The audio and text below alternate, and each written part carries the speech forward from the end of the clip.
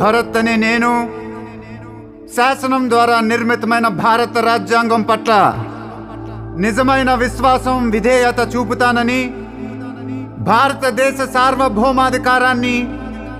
సమగ్రతను కాపాడతానని ఆంధ్రప్రదేశ్ రాష్ట్ర ముఖ్యమంత్రిగా నా కర్తవ్యాలను శ్రద్ధతో, అంతఃకరణ శుద్ధితో నిర్వహిస్తానని భయంగా కానీ, పక్షపాతంగా కానీ, రాగద్వేషాలు కానీ లేకుండా రాజ్యాంగాన్ని, శాసనాలను అనుసరించి ప్రజలందరికీ న్యాయం చేకూరుస్తానని దైవ సాక్షిగా ప్రమాణం చేస్తున్నాను.